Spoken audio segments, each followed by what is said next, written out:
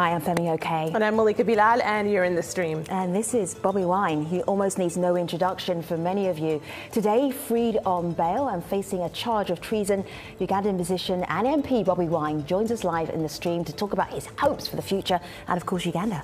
And you can be a part of this conversation too. Send us your questions for Bobby on Twitter at AJStream or to our live YouTube chat.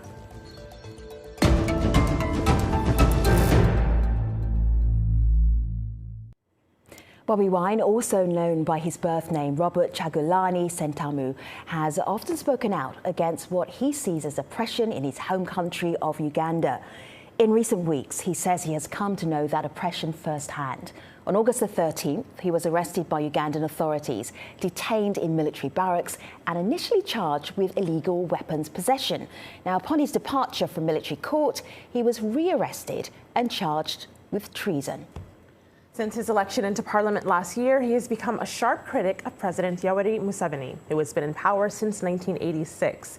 As a musician, BOBI Wine's songs have called for political change and freedom from social injustices.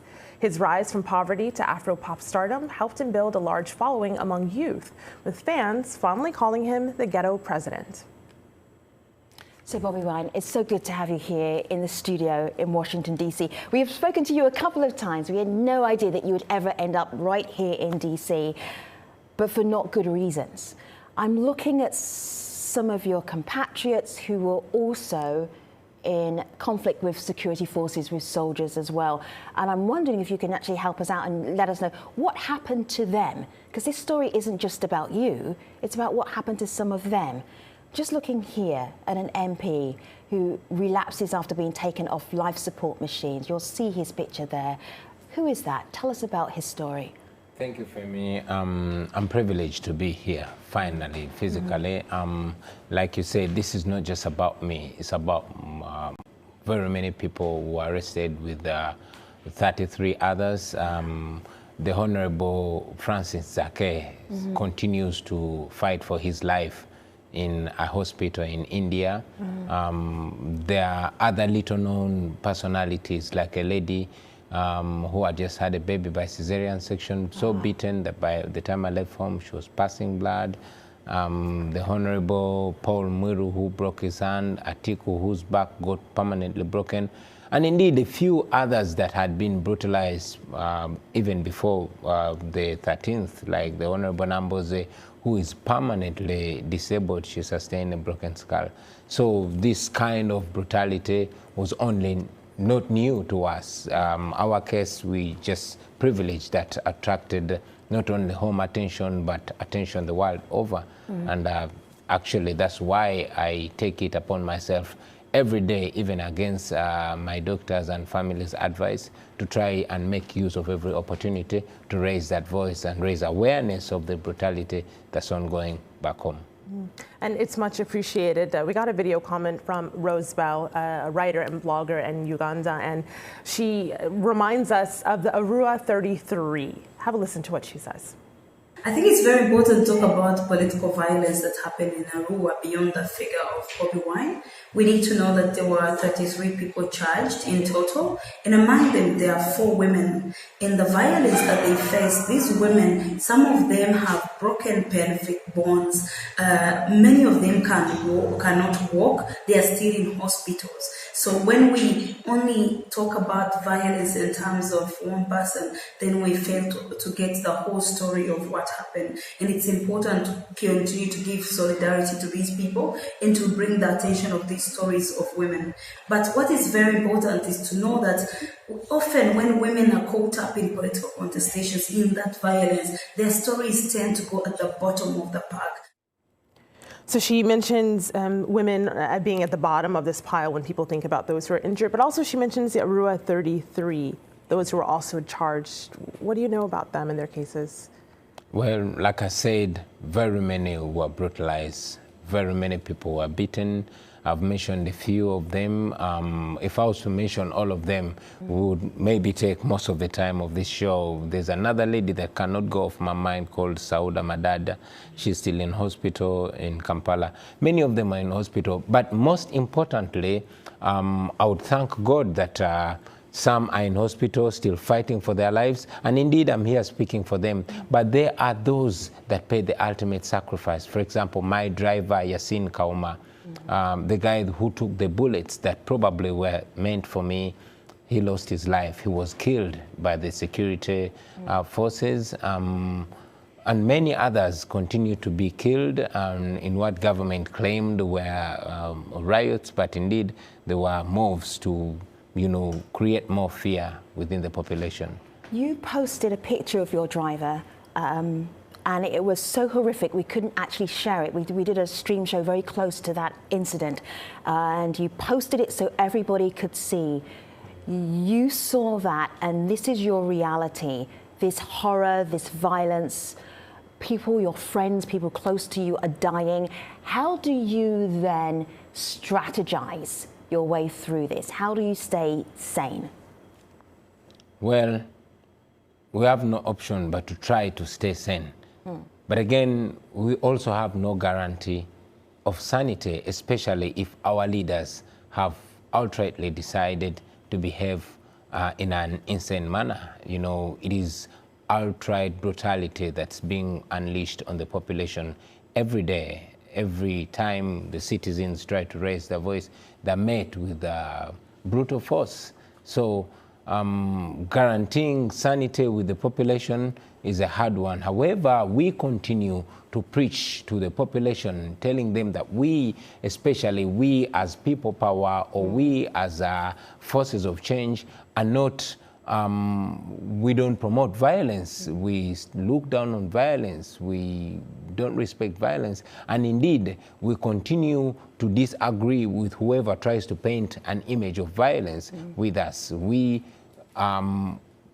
continuously using the constitutional methods of demanding for our freedom, which we believe we shall gain. We got a few tweets that are like the one I'm about to read, and I will say the majority of tweets that we're getting from Ugandans and people from across the continent and the world are in support of your struggle and your story. This is Patriot Anisha. She writes, Bobi Wine is behaving like most opposition figures when they're outside their countries. They want to discredit everything about the government and spread all sorts of lies. This is being investigated, and if he has information about it, he can come in and share it with the Ugandan police. What do you say to people who think this? Well, I don't know how much more information I have to share with the police about the brutal murder of my driver, which was orchestrated by the security forces. I don't know how much more information to give the police about the guns that they claimed they found in my room, and then they later dropped the charges. I don't know where to run for justice when the people that are actually paid to protect us are the ones that are brutalizing us. And I don't know whether it is moral to keep silence about the injustices that are being unleashed on the Ugandan people. I believe that it is important for me to use this voice that was even raised by the common people to raise their plight. Let me remind our audience what happened when Bobi Wine came out on bail. So this was after he was beaten, after he was tortured, and this was the reception that he got. Have a listen.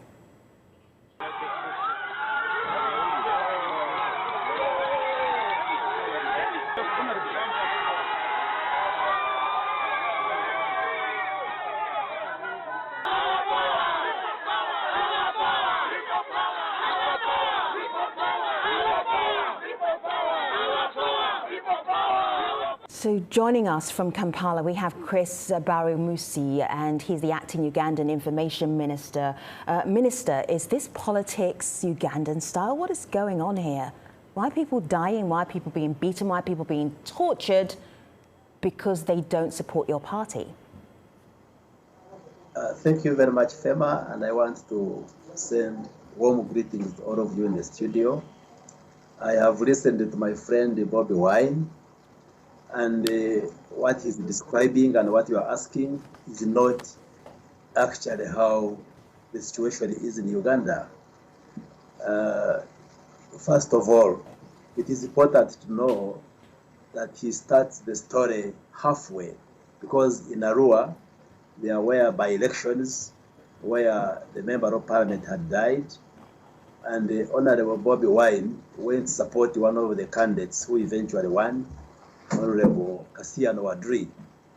And on the last day of the rallies, when the president, who is the chairman of the NRM party, the ruling party, was returning to where he had landed his helicopter, a procession of supporters of Honorable Kassiano Wadri, who was supported by Honorable Bobi Wine, pelted the president's motorcade. The president in which the vehicle in which the president was traveling was hit with a stone, and the hind glass was shattered. Okay, so Chris, Minister, excuse me, Minister, so the president's car was pelted, and we've got at least one person on life support. Some people have been damaged for life. Are you saying all of these people were responsible for pelting the car, and so that was why they were beaten up and tortured? Because I asked you, is this politics Ugandan style, and you're telling me about a motorcade being pelted? The two are connected? No, the point I am bringing is that before you go into torture or assault, there was violence orchestrated by the protesters who supported one of the candidates. And that's what led to the security officers to swing into action to arrest the suspects, including some of the members of parliament, including Honorable Bobi Wine. So that's what gave rise to the arrests. Bobby, what do you want to ask the minister right now? As you're in the United States trying to heal right now. What do you want to ask the minister right now, live on TV? Well, I could have had so many questions to ask, but sure. The fact that I was initially arrested and 2 machine guns were paraded by the Uganda police, and indeed the army, claiming that those weapons were got in my room, and that's the reason they gave for incarcerating me in military detention, which they later dropped. And then immediately, just minutes later, when I got out of the military court, I was charged with treason, and indeed there was a claim that the people that apparently pelted the president's car were part of us. My question is, the president's car is armored. Now, why would, first of all, how can a mere stone break an armored car? That is disturbing to me, because the president's car is bulletproof.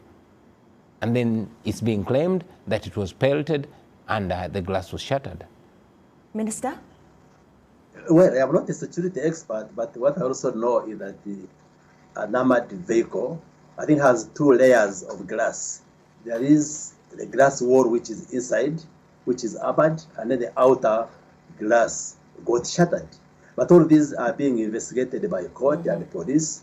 And since there is a treason case in the court, I wouldn't want to go into details of that. So I'm sure. Minister, I have to say, as someone who doesn't live in Uganda, this feels incredibly trivial that we're talking about layers of glass on an armoured car, and there's some people who are fighting for their lives and may never be the same. I asked you, is this politics Ugandan style?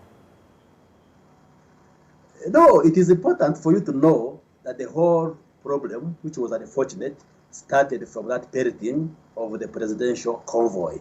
And that is what gave rise. I hear that. All right. So other than that, there's no other violence, there's no other reporters being beaten up, nothing else happens, just because of a car being pelted belonging to the president? No, probably, if you want me, I can say that, you see, we have a constitution, and in Uganda, to access a political office, you must subject yourself to the population, like Bobi Wine did when he wanted to become a member of parliament. He stood in one of the constituencies and he was voted. Now, the opposition, sections of the opposition, seem to be desperate. They now think they cannot dislodge the NRM government through the electoral process, and they have decided to use violence as a way of accessing power. And we have had a number of by-elections in the last few months where members of the opposition have facilitated this kind of violence. We recently had by-elections in Bujiri, in the Jinja East constituency, then in Arua, where we have seen this kind of violence. So there is So, Minister, I hear what you're saying. I hear that you are saying that the opposition or some opposition members have used violence as a way of accessing power. Unfortunately, online, that is not what people believe. I want to read 2 tweets, and I'll direct them to you first before giving them to Bobi Wine. This is Arua Boy. I just want you to listen to this because this is scary, really. Arua Boy says, honestly, knowing our government, I am worried about Bobby's safety as soon as he lands back there. What I want to know is if he isn't worried about how he will be treated when he returns. Another person asks, my only question, how does he plan to stay alive? It's unlikely that he's not on a hit list. And so while I'll get Bobi Wine's answer on this, I want to know from you as a member of the government, an acting information minister, what will you do to ensure his safety? No, Bobi Wine is extremely safe. He is in court. He has been released on bail. And when he returns to Kampala, nothing will happen to him except appearing in court to answer the charges of treason. But he's very safe. Nobody will touch him. Bobby, you're very safe. A lot of people, those were just 2 tweets. Seriously, almost all of the tweets we got had people very worried for your safety, for your family's safety. What do you say to them? What are you thinking? Well, I would say that one can expect anything from this regime. I mean, I just went to Arua to campaign and I ended up being tortured, detained in prisons, and even when I was released by court and allowed to travel abroad for specialized treatment, I was not allowed. So that is the situation at home. Anybody can sugarcoat it, but people continuously get extrajudicially killed, and it's all swept under the carpet. I'm looking here at a post that you put on Facebook to tell everybody how you were doing and what happened to you, your recollection of what happened to you before you were taken away. And it says here, as your next steps, I want to talk about the things that we must do together to continue this struggle for liberty and freedom. Why do you feel that Uganda right now is not a place of liberty and freedom? In Uganda, there's no liberty and freedom because people are allowed to meet and talk about anything apart from the future of their country. I've said it before and I'll say it again that a murder case can happen and it will take the police hours to show up, or even the fire brigade will take hours to show up. But once you meet to discuss the future of your country, it will not take more than a few minutes before the police and the military police comes and brutalizes people. That is how it's happening. However, I also have conviction that because Uganda is full of mainly young people, they are anticipating a future that they only imagine. You know, I believe that the time is now for us to come together. It has been demonstrated that Ugandans are coming together every day. They are overcoming the divisions within tribes or religions or political parties, and they are more embracing the aspirations that they have together as a nation. So much as there are challenges, I am convinced that the oppressed people will soon be free. So you mentioned young people. We got this comment live on YouTube from Richard. Richard says, Bobby has a big future and a role to play in the liberation of disadvantaged young people, so long as the government doesn't torture and kill him. Another person picking up on that theme of the youth, this is Bashir, who says, Uganda has turned into a political cemetery. Our president is severely sick, suffering from too much appetite for power, and Bobi Wine is the only remaining hope that Ugandans have to restore the rule of law. But he ends with this sentence, we are ready to die for him. That's chilling almost. What do you think of that? What do you say to people like him? Because Bashir's not the only one. It is humbling to know that it is not just about me. It is about all of us. And I've said it many times that this should not be reduced to just me or to just a small section of people. We are more than 44 million Ugandans. 85% of which are younger than me. I'm 36, but 85% of our population is younger than me. So it is the right time for us to, I'm so glad that young people in Uganda are embracing the idea of freedom and they're slowly overcoming fear, which has for so long kept us slaves. Minister, when you hear this about your country, How is that? Because the whole world is listening to this and the whole world is thinking there are some major issues with democracy in Uganda, and Uganda's administration does not like the opposition to be there. Minister. Okay, thank you very much. I missed some of the conversation because the network got off. Let me just repeat it very briefly. There's space for the opposition. There's not space for the opposition. How much space is there for them to operate? Minister, can you hear me? We'll work on that, and we'll get back to you if you can't hear me, because it's a little bit difficult. I know the connection between us and Kampala is a little bit tricky. There's something that President Museven said just this week, and he was talking about other forces being involved in what you were trying to do in terms of leadership. Let's have a listen to what he said. It is important that external players refrain from interfering in the internal affairs of other countries. Interfering in the internal affairs of other countries is morally and practically wrong. Morally wrong because the question is, what superior intelligence do you have to think that you can understand the problem in my house better than we, the occupants? If there is a problem in our house, we, the occupants, will solve it. Keep out. Bobby, what do you think President Museven was referencing there? Well, I would say that it's a big insult to the people of Uganda for the leaders to think that when they demand for freedom, when they demand for liberty, when they raise their voices about the rampant corruption, the rampant unemployment, it is an insult to claim that they're being funded or even being supported by outsiders. We recognize that Uganda is part of the global community. We recognize that we have development partners. And yes, we recognize that human rights and freedom is for the world over. We stood with many countries, and indeed we continue to stand with many other countries. So the world should be expected to stand with us, especially in this time when the eyes of the world are, fixed on Uganda. Sure. Yeah. The eyes in the world are also, many of them, fixed on you. I wanted to bring our attention to the back wall behind Femi, and these are just some of the images and Instagram posts that people have been using and posting with Free Bobby Wine and Bobby Wine as the hashtag. At one point, in just a day, there were 97,000 mentions of that hashtag, and that's across the world. So clearly people are watching the story. But then what comes next? Vazira here on Twitter says, what policies do you have that you personally think can transform the youth in Uganda at large? Another person picking up on that says, apart from the freedom promises that you talk about, what plans do you have for unemployment? Are you thinking about policy changes right now, or will those come later? Of course, the conversation is wide, but you take on first things first. Right now, I'd like to mention that many Ugandans are educated both in Uganda and abroad.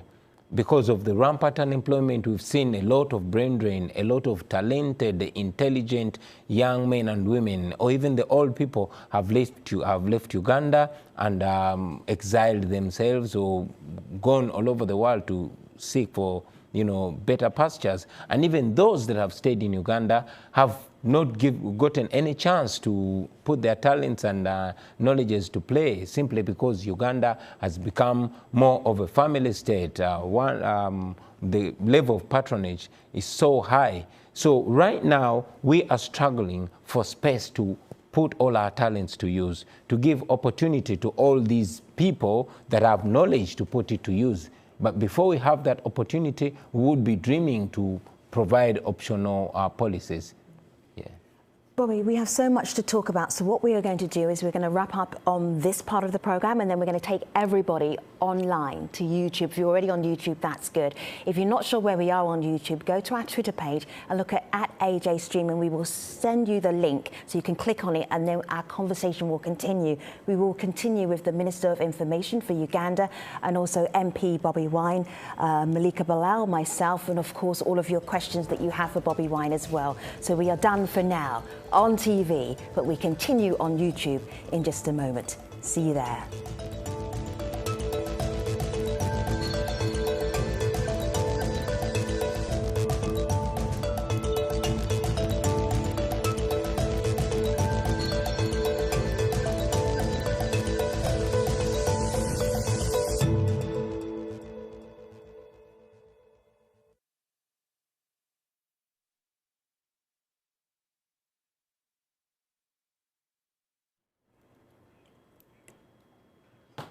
Welcome back to the stream. This is an exclusive for YouTube with BOBI WINE and Minister Chris Bayumunsi out of Uganda. I want to start with our community because they have so many questions for you. I'll start on YouTube. This is Michael, who says, what are the chances of working with the government minus Museveni? Or does BOBI envisage cleaning up the entire system? He's not the only one who asked that. This is via Facebook. Michael says, what are the chances of working with the government minus Museveni? So clearly a lot of people want to know that. They are already seeing a future without President Museveni. What do you say to that? That's interesting. I must note that there are very many patriotic men and women in the ruling party, that is the National Resistance Movement. There are very many credible people in the government, many of whom the government, have disagreed with the president on principle and on the ideals that took him to war to take over power. So I believe that as a nation, we need a national healing by all means. We need to come together regardless of political party and regardless of tribe and find and look at the best in each other. Yes. Minister, it's good to have you back. Sorry about that slight breaking our Skype connection with you. The one thing I would love to be able to go away from this conversation and absolutely feel confident knowing is that the government, your approach to opposition and other political ideas, how are you dealing with the fact that the opposition is and has been successful? Well, first of all, in 2005, we went into multi-party politics, and the opposition is free to mobilize for support in the whole country. We have had elections every 5 years where the opposition actively participates, but the reality is majority of Ugandans continue to support the NRM party and President Yoweri Museveni. I am not in parliament because I'm imposing myself on Ugandans. I was voted by the people in my constituency. Similarly, President Yoweri Museveni, every 5 years, he goes to the population, he has challenges from the opposition, and he's overwhelmingly voted. In the last election, he got over 60% of voters in Uganda endorsing him. So anybody to claim that the opposition has no space in Uganda is just a liar. We have members of parliament from various political parties in our parliament. From the FDC, the main opposition party, we have the Democratic Party, we have UPC, we have independent members of parliament like Honorable Chaguranyi, we have JEMA. So there are many political parties in the opposition represented not only in parliament but also the local councils. So it is not correct to say that the opposition in Uganda does not have the space. So when my friend Honorable BOBI WINE says he's fighting for freedom, freedom from what? Like I said earlier on, that anybody who wants to access a political office from the level of a president, the member of parliament, a district chairperson, up to a local council chairperson at the village level, has subject himself or herself to the will of the people. It is the people who decide. President Yoweri Museveni does not impose himself on Ugandans. It is Ugandans who decide, who choose him to be a president. Mr. BOBI WINE is an accomplished and popular artist. When he made a decision to be a politician, he went in his constituency, campaigned against an NRM candidate, against other opposition candidates, and he won, and he came into parliament. So the very democracy that he's saying is fake, like he says, is the very democracy which turned him from somebody who rose from the ashes in the ghettos, a member of parliament, now who can speak from Washington. So if that democracy so BOBI, I'm wondering, is not credible. Thank you, Minister. BOBI, I'm just wondering if they just don't like you. Come again, please. Maybe they don't like you, what you represent. Yeah, it's not that they don't like me. They're just scared of the change and for the ideas that I represent. Yeah, he asked me what kind of freedom we're fighting for. We're fighting for the freedom against being tortured, against being beaten for holding a different view. It must be noted that whenever we go to campaign, we campaign in peace until the president shows up. In Uganda, the most dangerous thing is to hold a different view from the president. The Minister of Security was on national TV just a few days ago and said to the young people of the country that whoever is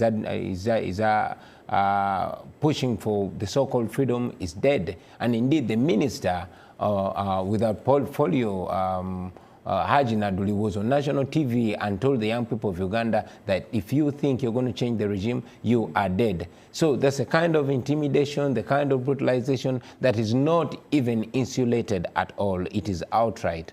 And by they, I mean the government. When I said they don't like you, I meant the government. Malika, go ahead. Here's a critical tweet from Butera David. He writes in that people power should not be built on violence. Bobby should make it clear to his supporters he's been a critic of the government despite his occupation as a member of parliament. Young ideas are what we vote for, not young people, and judgment should not be made on age. So he's among a few people who say your supporters need to know that violence is not the answer. Do you believe that your supporters are causing violence in the first place? And then secondly, what would you say to his tweet who says you need to be telling people? I will be very clear to him and remind him that we as the opposition, or we as the people of Uganda, we don't run the institutions of violence. It is the police that has the guns and the army, and those are the ones shooting people, not the other way around. So it's important to know that it is the government institutions and precisely the, the armed institutions that have been unleashing ferocious violence on the people. And indeed, yes, I will make it very clear that to represent young people does not mean that I'm disrespecting the older people. But the fact is that 80% of Ugandans have never seen another president. 80% of Ugandans, 85% of Ugandans are under the age of 35. So representing those young people is actually representing the majority.